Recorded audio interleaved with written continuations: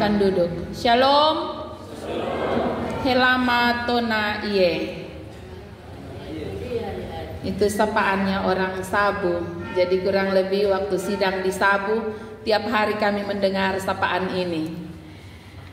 Kekasih Tuhan sekalian, kita berada di bawah tema menyaksikan Yesus sebagai sumber hidup. Dan minggu ini kita ada di minggu pertama, minggu-minggu Trinitas. Maka sepanjang minggu-minggu Trinitas, umat Tuhan diberi pemahaman dan pengertian yang benar akan ketritunggalan Allah. Bagaimana kita mengenal Allah dalam Bapa, Putra, dan Roh Kudus, yang oleh Yohanes mengatakan sebagai memperkenalkan sebagai Bapa, Firman, dan Roh Kudus. Minggu Trinitas dimulai dari minggu pertama setelah Pentakosta. Kekasih Tuhan sekalian, bagian bacaan ini menyampaikan kepada kita sebuah penegasan yang jelas. Ia mau memperkenalkan kepada kita di minggu ini tentang siapa Yesus. Kalau kita kuliah teologi, biasanya ada satu mata kuliah khusus. Itu namanya Kristologi. Jadi memang benar-benar sepanjang satu semester kita belajar tentang Yesus. Yesus itu siapa? Dan hari ini Yohanes mau memperkenalkan kepada kita tentang Yesus, yang ia sebut sebagai air dan darah, yang ia sebut sebagai bagian dari ketiga yang adalah satu. Saudara-saudaraku yang kekasih, Yohanes memberi penegasan kepada kita dalam ayatnya yang ke-6 sebanyak 2 kali. Dia mengingatkan bahwa Yesus sebagai anak Allah, ia hadir di dunia dan benar-benar menjadi manusia.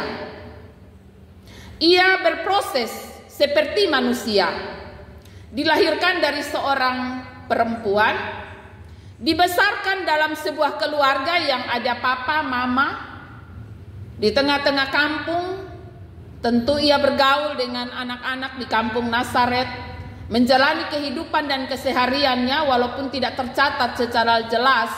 Kehidupan Yesus itu hilang dari usia setelah 12 tahun, tidak dicatat oleh Injil sampai ia muncul di usia 30 tahun ketika ia mulai berkarya. Masa-masa ini tentu ia menjalani kesehariannya seperti biasa. Seorang manusia biasa, punya masa anak-anak, remaja, dan pemuda. Dan ini yang disebut oleh Yohanes sebagai Dia yang datang dengan air dan darah, yaitu Yesus. Ia memberi penegasan ini, bahwa Yesus tidak diumpamakan seperti roh yang bergentayangan di sepanjang hidupnya. Bukan ia hadir di tengah dunia seperti roh yang bergentayangan, tidak. Yesus benar-benar manusia 100%. Dan ia benar-benar Allah, karena ia terdiri dari roh, air, dan darah. Yohanes menegaskan itu dan mengatakan bahwa kesaksian ini benar, karena kesaksian ini datang dari roh yang adalah kebenaran. Ini mau menyampaikan kepada saya dan saudara bahwa kita juga adalah manusia yang terdiri dari roh, air, dan darah. Karena kepada kita telah dicurahkan Roh Kudus. Di dalam diri setiap anak Tuhan ada roh yang berkuasa, ada roh yang memimpin, ada roh yang menuntun. Tapi kita juga diingatkan bahwa sumber dari segalanya adalah Allah. Saudara-saudaraku yang kekasih dalam kasih Tuhan kita Yesus Kristus, Yesus yang sama adalah Yesus, adalah firman yang disebut oleh Yohanes ini, yang dikatakan sebagai mereka yang bersaksi di sorga. Di sorga ada Bapa, firman, dan Roh Kudus, dan ketiganya satu. Di dunia ada roh, air, dan darah, dan ketiganya adalah satu. Ia memberi penegasan ini kepada saya dan saudara, bahwa dalam kehidupan kita sebagai manusia yang terdiri dari roh, air, dan darah, kita memiliki tanggung jawab yang besar untuk menyaksikan tentang Allah yang adalah Tritunggal itu. Allah di dalam nama Bapa, Putra, dan Roh Kudus. Seperti lambang Trinitas yang ada di stola, yang ada di kain mimbar ini. Ini memberi gambaran tentang Allah Tritunggal yang menyatu, yang utuh, dan yang tidak terpisahkan. Saudara-saudaraku yang kekasih dalam kasih Tuhan kita Yesus Kristus, seperti manusia, Yesus mengalami kematian. Yesus merasakan kesengsaraan dan penderitaan karena ia benar-benar manusia. Dan seperti manusia, ia ada di dalam alam maut. Tetapi dalam kemenangannya terhadap maut, ia bangkit dan ia kembali ke sorga. Kalau kita manusia, karena kita terdiri dari roh, air, dan darah, maka akan tiba saatnya tubuh kembali kepada tanah dan roh kembali kepada pemiliknya.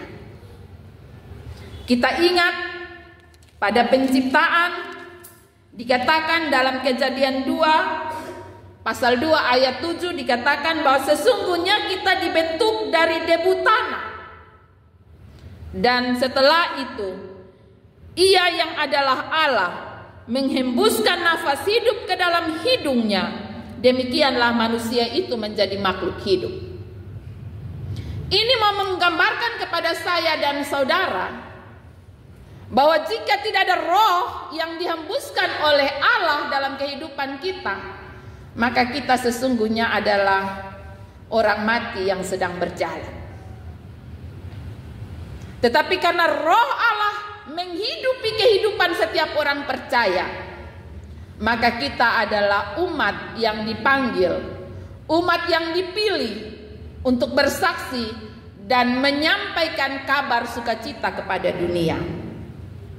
Dalam roh kita memiliki keberanian, kita memiliki kemampuan untuk bersaksi dan menyatakan kasih Allah kepada dunia.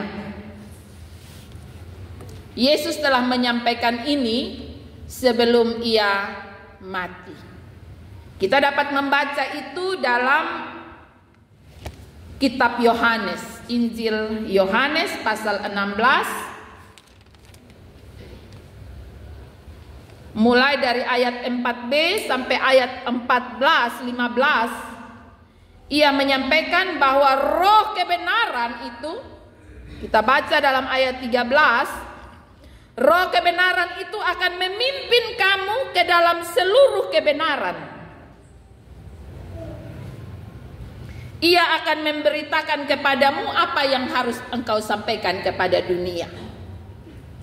Nah, ini menjadi terang dan jelas bagi saya dan saudara, bahwa dalam kehidupan dan keterpanggilan kita sebagai orang percaya, ketika kita mengamini dan meyakini bahwa Yesus adalah Kristus, adalah Tuhan, adalah juru selamat kita, maka kita pun mengamini dan menerima kuasa Roh Kudus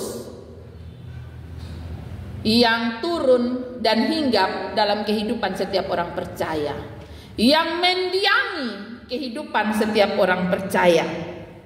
Karena itu di ayat 11 dan ayat 12 dari bacaan kita, Yohanes menyatakan kepada saya dan saudara bahwa barang siapa memiliki anak, ia memiliki hidup. Memiliki Yesus di dalam hidupnya, memiliki roh di dalam hidupnya, maka ia benar-benar hidup. Karena hidupnya menjadi berharga, hidupnya menjadi berarti. Saudara-saudaraku yang kekasih, ini juga mau menyampaikan kepada saya dan saudara bahwa sebagai umat Tuhan, anak-anak Tuhan yang telah dikaruniakan keselamatan atau hidup kekal, kita dipilih untuk hidup sesuai dengan yang Tuhan mau. Kita dipilih dan dipanggil Tuhan untuk hidup di dalam roh kebenaran. Yesus yang adalah manusia menyelesaikan karya keselamatan dalam tanggung jawabnya, dan ia menggenapi janjinya melalui peristiwa Pentakosta, agar setiap orang yang percaya, saya dan saudara, setiap hari diperlengkapi, setiap hari diperbaharui. Kita tidak seperti main sulap. Begitu keluar dari gereja, hari ini kita langsung menjadi orang yang dipenuhi oleh Roh Kudus. No. Tetapi kita meyakini dan mengimani bahwa hidup kita hari lepas hari, ketika kita menerima Kristus untuk hidup di dalam diri kita, maka hari lepas hari hidup kita terus diperbaharui. Roh yang ada di dalam kita terus menopang kita untuk mampu bersaksi tentang Allah di dalam hidup kita, untuk mampu menyatakan tentang kebenaran-kebenaran firman Tuhan. Konsep roh, air, dan darah ini mau memberikan kepada kita tentang konsep manusia rohani, konsep manusia yang dipilih oleh Allah secara khusus. Kita ingat, Yesus mengatakan, bukan kamu yang memilih aku, tapi aku yang memilih kamu. Ini mau menyampaikan kepada saya dan saudara bahwa ketika anugerah keselamatan itu disampaikan dan diberikan kepada saya dan saudara, maka ia telah memilih saya dan saudara untuk hidup dalam pimpinan roh. Roh yang ada dalam kehidupan orang percaya senantiasa mengerjakan pembaharuan. Ya. Orang tidak akan sama seperti yang dulu. Ya. Kalau dulu ketong masih bisa bilang, wih dulu bapak nih jago, dulu mama nih paling bajingan. Ya. Tapi itu dulu. Roh terus mengerjakan dalam diri setiap anak-anak Tuhan untuk selalu dan terus diperbaharui. Karena itu Rita yang dulu bukan lagi Rita yang sekarang, ya. Karena kita mengalami pembaharuan hidup dari hari sehari ke sehari yang lain. Kita mengalami pertobatan. Kita mengalami pengudusan yang berkelanjutan karena Roh berdiam di dalam diri kita. Hari kini kita ada bersama anak-anak Tuhan yang terlahir dari 3 negeri yang indah, Sabu, Sumba, dan Flores. Kita belajar banyak hal dari budaya-budaya mereka. Bagaimana orang Sabu dengan segala keterbatasan mereka, negeri yang kering dan tandus, tetapi yang disebut tadi di awal, mereka menyebut negeri itu sebagai Raidue Ngadodohau, negeri lautan dan gula. Mereka boleh hidup dengan segala keterbatasan mereka, tetapi mereka mampu bersaksi tentang Tuhan. Demikian juga negeri Sumba, negeri yang hanya terdiri dari padang savana dan negeri sandalwood, ya. Negeri yang juga kering dan tandus, tetapi mereka mampu mempermuliakan Tuhan. Mereka mampu bersaksi tentang Tuhan. Maka demikian juga saya dan saudara, sebagai orang-orang percaya, orang yang telah dipilih oleh Tuhan untuk menerima karunia roh, maka hiduplah sebagai orang-orang yang telah mengenal dan menerima roh itu di dalam hidup ini. Sehingga apapun kehidupan kita, kita mampu menyatakan Tuhan kita dengan baik. Kita mampu bersaksi tentang Tuhan dengan baik dalam hidup kita. Nyanyian kor kaum bapak tadi memiliki arti yang baik. Saya coba meminta kepada Bapak Karel untuk menerjemahkan kepada saya nyanyian Sabu itu. Dan nyanyian itu mengatakan bahwa hanya di samping Tuhan, hanya dekat dengan Tuhan, kita mampu menyampaikan keluhan dan rasa syukur. Karena Tuhan adalah tiang penopang semua manusia. Karena itu semua manusia diminta untuk mencintai dan menaikkan pujian yang baik kepada Tuhan sampai akhir hidup. Ini mau menyampaikan kepada saya dan saudara yang mendengarkan pujian ini, bahwa sampai akhir hidup, jadikanlah Yesus sebagai sumber kesaksian, sumber hidup dalam kehidupan kita yang masih Tuhan anugerahkan. Tuhan akan terus memberkati saya dan saudara. Rohnya akan terus menolong dan menuntun saya dan saudara. Karena itu hiduplah sebagaimana Yesus telah hidup sebagai manusia. Amin.